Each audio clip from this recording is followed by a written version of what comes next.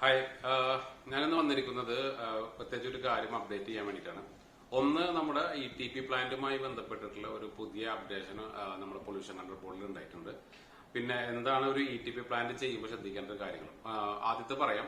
ഒന്ന് എന്ന് പറയുന്നത്, നമ്മുടെ ആദ്യത്തെ ഒരു ക്രൈറ്റീരിയ പ്രകാരം നമ്മൾ ഓൾറെഡി നമ്മളെ ബൗണ്ടറിയിൽ നിന്ന് നമ്മൾ കാർ വാഷ് ചെയ്യുന്ന ബേ എവിടെയാണോ അവിടുന്ന് ഒരു 10 മീറ്റർ ഡിസ്റ്റൻസിൽ ഭിത്തി, അതായത് ആ ഒരു വീടിന്റെ ഭിത്തിയിലേക്കുള്ള ദൂരപരിധി നോക്കിയിരുന്നു. അതുപോലെ തന്നെ വാട്ടർ ബോഡീസിന്റെ കാര്യങ്ങൾ നോക്കിയിരുന്നു. ഗവൺമെന്റ് 15 മീറ്റർ, അതുപോലെ തന്നെ ഗവൺമെന്റിന്റെ ഓഫീസ് കാര്യങ്ങൾ, ആരാധനാലയങ്ങളൊക്കെ ഉണ്ടെങ്കിൽ, സ്കൂളൊക്കെ ഉണ്ടെങ്കിൽ 15 മീറ്റർ ഒക്കെ നോക്കിയിട്ടുണ്ടായിരുന്നു.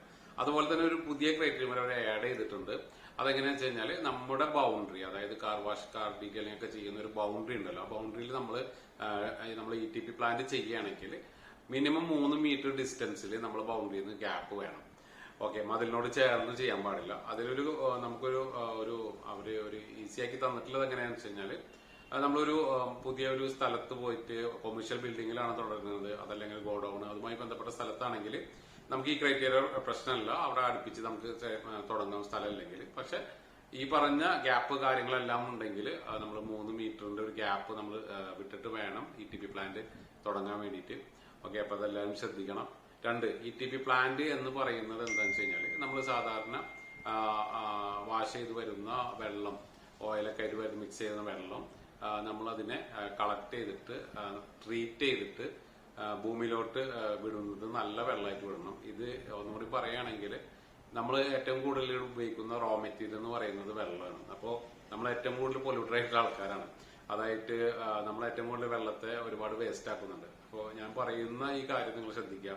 നിങ്ങൾ കാർ വാഷ് ചെയ്യുന്നവരാണെങ്കിൽ, അല്ലെങ്കിൽ കാർ വാഷ് തുടങ്ങാൻ പോകുന്നവരാണെങ്കിൽ, മസ്റ്റായിട്ട് നിങ്ങളൊരു റീസൈക്ലിംഗ് പ്ലാന്റ് ചെയ്യുക. എന്ന് വെച്ചാൽ ഭൂമിനെ നമ്മൾ സേവ് ചെയ്യേണ്ടത് നമ്മൾ ഉത്തരവാദിത്തമാണ്. നമ്മൾ അത്രത്തോളം നമ്മളെ റോ മെറ്റീരിയൽ നമ്മൾ തന്നെ കീപ്പ് ചെയ്താലാണ് നമുക്ക് അത് തിരിച്ചു കിട്ടുള്ളൂ. അപ്പൊ അതുകൊണ്ട് തന്നെ നമ്മൾ ഈ വെള്ളം, അതായത് ETP കഴിഞ്ഞിട്ട് സോക്കറ്റിലേക്ക് അയക്കുന്ന വെള്ളത്തിനെ നിങ്ങൾ റീസൈക്കിൾ ചെയ്ത് ചെയ്യുകയാണെങ്കിൽ നിങ്ങൾക്ക് 70% വെള്ളം റിട്ടേൺ ആയിട്ട് യൂസ് ചെയ്യാൻ പറ്റും. അപ്പോൾ ഈ ഒരു കാര്യം പ്രത്യേകം നിങ്ങൾ ശ്രദ്ധിക്കുക. ഓക്കെ, നമുക്ക് വേണ്ടതെന്ന് വെച്ച് കഴിഞ്ഞാൽ, നമുക്കൊരു സോയിൽ ടാങ്ക് എന്ന് പറയുന്ന, അതായത് ഒരു സോയിൽ ടാങ്ക് വേണം കളക്ഷൻ ചെയ്യാൻ വേണ്ടിയിട്ട്, ആദ്യം ETPക്ക് വേണ്ടിയിട്ട്. പിന്നെ വേണ്ടത് നമുക്ക് സെറ്റിൽ ടാങ്ക് ആണ്. ഈ സെറ്റിൽ ടാങ്കിന് നമ്മൾ കളക്ഷൻ ടാങ്ക്, സെറ്റിൽ ടാങ്ക്, അത് കഴിഞ്ഞിട്ട് വീണ്ടും നമ്മൾ ഈ വെള്ളത്തെ പിന്നെ ഡോസിംഗ് പമ്പ് വഴി ആണ് സോക്പിറ്റിലേക്ക് കടത്തി വിടുക.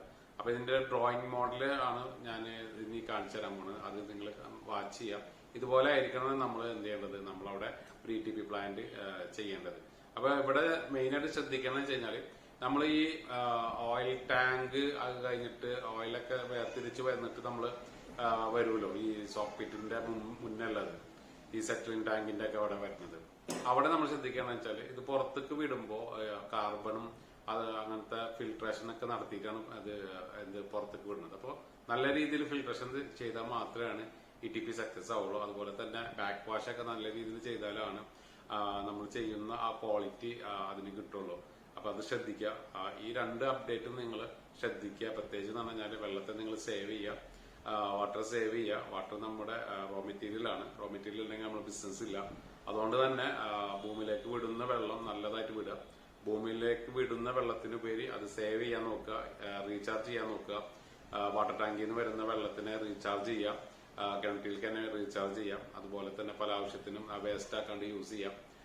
പിന്നീട് പ്രത്യേകിച്ച് ഒരു കാര്യം പറയാന്ന് വെച്ച് കഴിഞ്ഞാല്, നമ്മൾ ഉപയോഗിക്കുന്ന കെമിക്കൽസ് ഒരു pH ബാലൻസ്ഡ് ആക്കാൻ നോക്കുക. അപ്പോൾ അത് നമ്മൾ ഉപയോഗിക്കുന്ന ആ ഒരു മനുഷ്യർക്കും, അതായത് അവിടെ എംപ്ലോയീസിനും അത് കൈകാര്യം ചെയ്യാനും ഈസി ആയിരിക്കും, കംപ്ലൈന്റ് വരില്ല.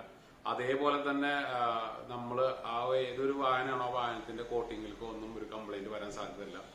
അതേപോലെ തന്നെയാണ് നമ്മളത് ഭൂമിയിലേക്ക് വിടുമ്പോൾ അതിന്റെ ഒരു ലെവൽ ഓഫ് വാട്ടറിൽ വരുന്ന pH ബാലൻസ് കൊണ്ട് ഒരു കംപ്ലൈന്റ് കൂടുതൽ വരില്ല. നിങ്ങൾ ഉപയോഗിക്കുന്ന ഫിൽറ്ററിനും അതൊരു ലോങ് ലൈഫിൽ കൊണ്ടുവരാൻ പറ്റും. അപ്പൊ ഈ പറഞ്ഞ കാര്യങ്ങൾ നിങ്ങൾ എന്ത് ചെയ്യുക, മസ്റ്റായിട്ട് മനസ്സിലാക്കുക. ആരെങ്കിലും പുതിയതായിട്ട് കാർ വാഷ് ഡീറ്റെയിലും തുടങ്ങാൻ ആഗ്രഹിക്കുന്നവർക്കുണ്ടെങ്കിൽ വീഡിയോ ഷെയർ ചെയ്യാം. അതുപോലെ തന്നെ തുടങ്ങിയവർക്കാണെങ്കിലും ഇതൊന്ന് അപ്ഡേറ്റ് ചെയ്ത് കൊടുക്കുക. ഈ ഒരു പുതിയ ഇൻഫർമേഷൻ അപ്ഡേറ്റ് ചെയ്യാം. Okay, thank you.